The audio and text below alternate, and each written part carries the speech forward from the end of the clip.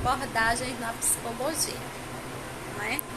E aí eu falei um pouco sobre a Gestalt, falei um pouco sobre a comportamental e eu deixei por último uma das bases, né? Claro que hoje existem tantas outras teorias, até porque elas, de certa forma, elas acabam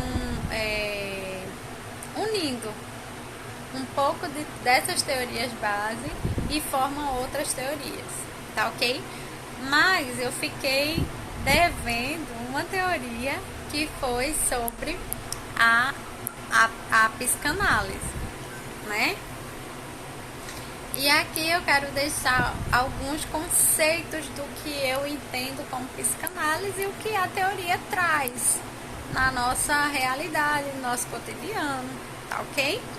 Então, ela tem como referência o Freud, né? Então, Freud, ele foi um médico lá de Viena, né? Ele foi um psiquiatra, um médico, né? E aí ele começou a estudar o comportamento humano, junto com um grupo de amigos dele, né? Junto com alguns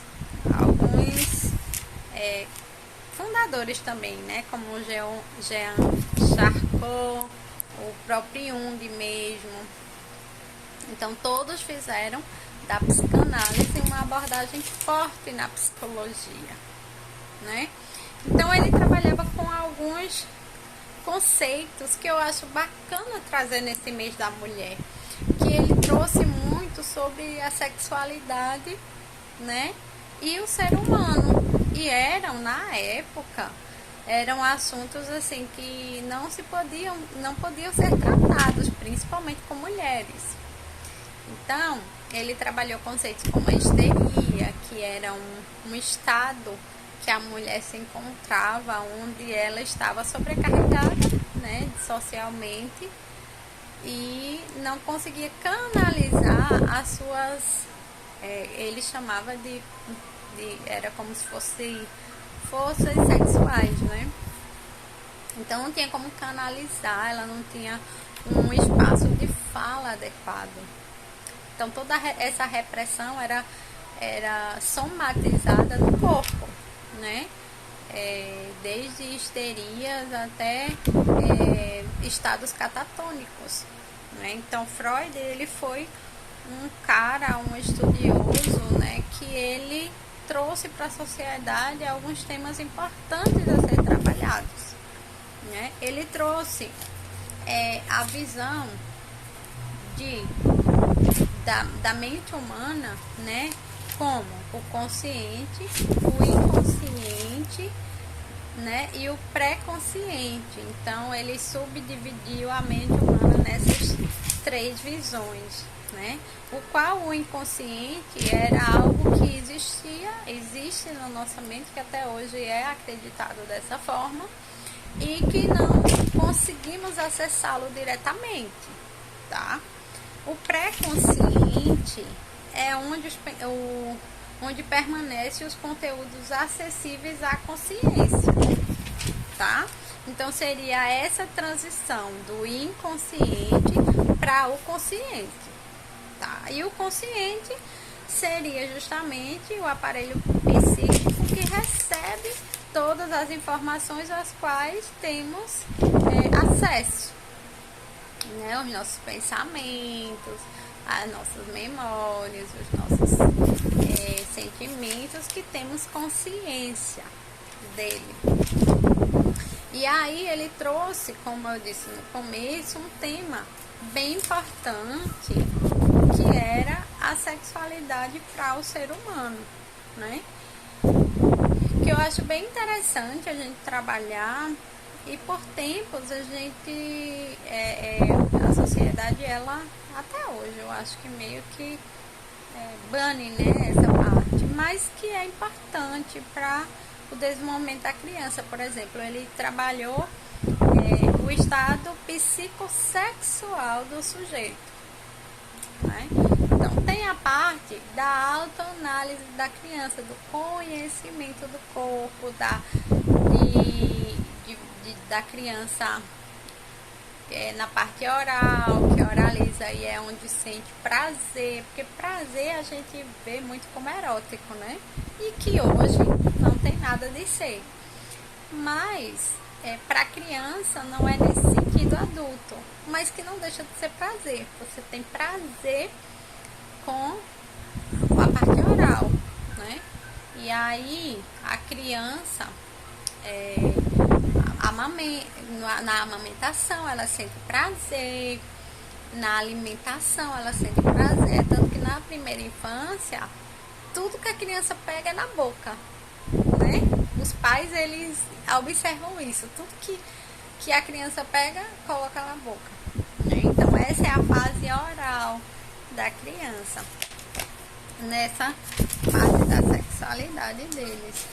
E tem a fase que ela vai começar a controlar, né, os seus esfíncteres, no caso que seria a fase anal, que ela vai ter prazer fazendo cocô, né, podendo controlar essas questões, né, e aí seria outro ponto, né, de prazer para a criança. E aí depois dessa erotização na fase, é porque a palavra erotização, né, até hoje eu acredito que dá um susto nas pessoas em ouvirem, né, mas não é nada mais além do que uma fonte de prazer para o ser humano, entende? E aí vem a fase fálica, né? Que é onde a criança ela vai aprender que os seus órgãos genitais elas dão prazer para ela também. Então isso faz parte do autoconhecimento da criancinha, né? Para depois ela saber usar aquilo, certo?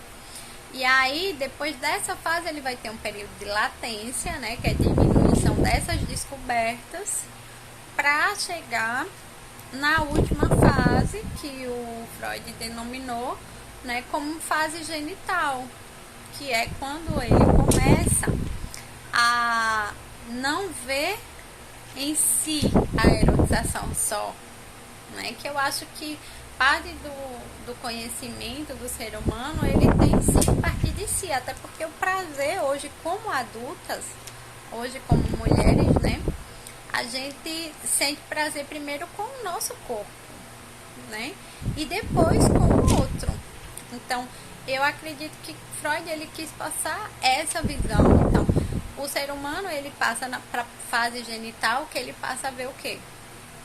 Prazer não só em si, mas no outro também, né? Que aí é onde existe essa troca, né?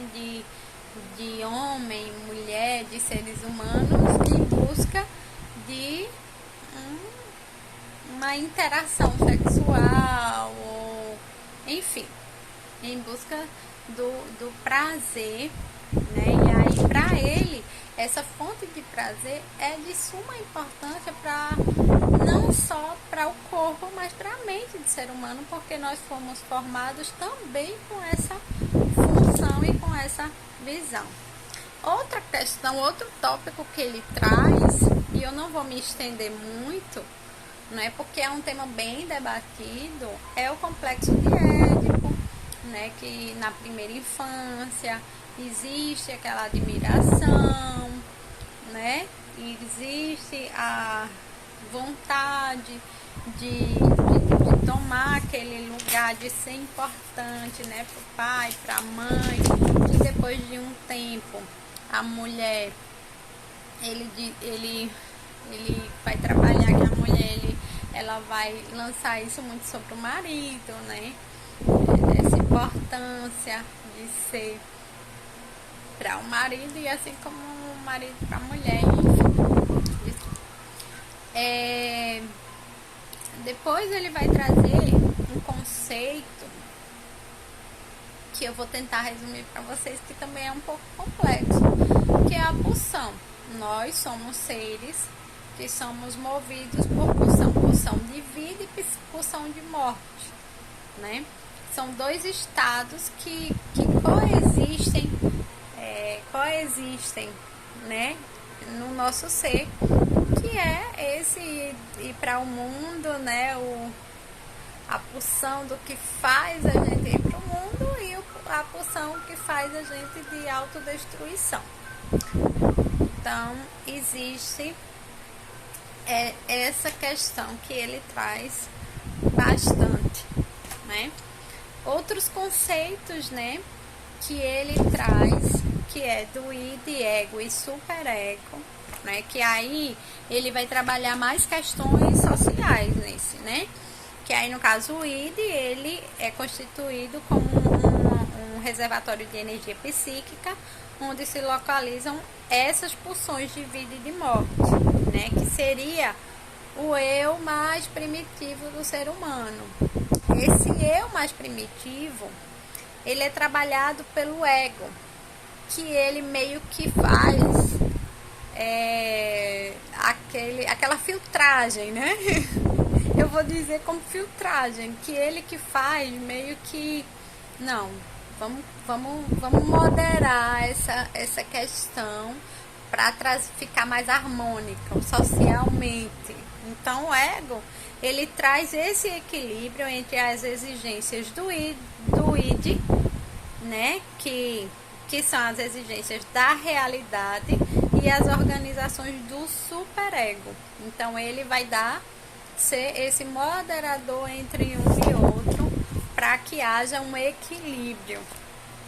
E o superego, né, que tem sua origem no complexo de Édipo para ele, né, parte das internalizações, das proibições, dos limites e da autoridade. Então, são conceitos sociais que são estabelecidos socialmente, né, e que eu poderia dizer que hoje poderia ser a ética e a moral, né, do ser humano, né, ou as instituições, a legalidades, tá ok? Então, tudo isso, ela parte do que Freud trouxe para nós enquanto teoria, tá? Existem bem mais coisas, porque olha, o Freud, ele não chegou a concluir a teoria dele, né? Ele se foi relativamente cedo, então ele não conseguiu concluir, né, a sua teoria, assim, faltou algumas questões que depois foram até implementadas, né? Hoje em dia a psicanálise tenta se reinventar, a psicanálise tenta trazer para a atualidade algumas questões, né? Mas a base é essa que eu consegui trazer para vocês, né? Então, hoje, a clínica, ela é efetivada com essas bases e fazem estudos e análises contemporâneas, né, que venham a contribuir para que o sujeito ele tenha um espaço de fala sem julgamento, né, sendo acolhido no que ele realmente tem para si, né? E o papel do psicanalista seria ajudar a desmontar, né? Desmontar todo o inconsciente, né? Tudo que o sujeito ele traz através da fala ativa do sujeito, né? Que aí ele deixa bem livre essa questão da fala do sujeito, para que o sujeito possa ter um espaço só dele, né, de fala, de pensamentos, o que ele pensa a respeito de algumas questões, tá ok? Então a psicanálise ela é pautada nesses termos, foi até hoje né, muito revolucionária para a época, né? Até hoje a gente tem base para muita coisa, né? da psicologia, a base foi a psicanálise,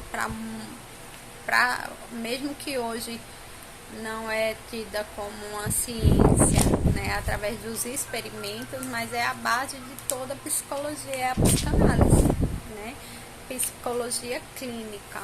Então, a gente, enquanto psicólogos, a gente deve muito à psicanálise, né, por todo esse arcabouço que trouxe, né, toda essa questão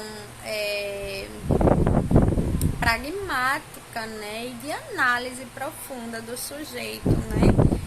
Então, tem aí o breve resumo da psicanálise. Espero que vocês gostem, né, que vocês possam parar para refletir sobre uma temática, né, sobre uma abordagem que vocês queiram escolher para se tratar, para fazer sua terapia, ou como estudante, para se aprofundar, até porque é importante a gente conhecer todas as teorias, né, da psicologia, todas as abordagens, é bom a gente estar a par, né, até porque o nosso cliente, ele não vai se adequar ao que a gente quer para eles, mas eles vão se adequar realmente a gente que vai se adequar, né, nesse sentido de querer, né, realmente que ele saia bem, né, através das ferramentas que a gente possa oferecer de melhor. Então, enquanto terapeutas ou estudantes de psicologia, é importante a gente conhecer todas essas teorias e suas bases, tá bem? Então, fica bem, um grande abraço, tchau, tchau.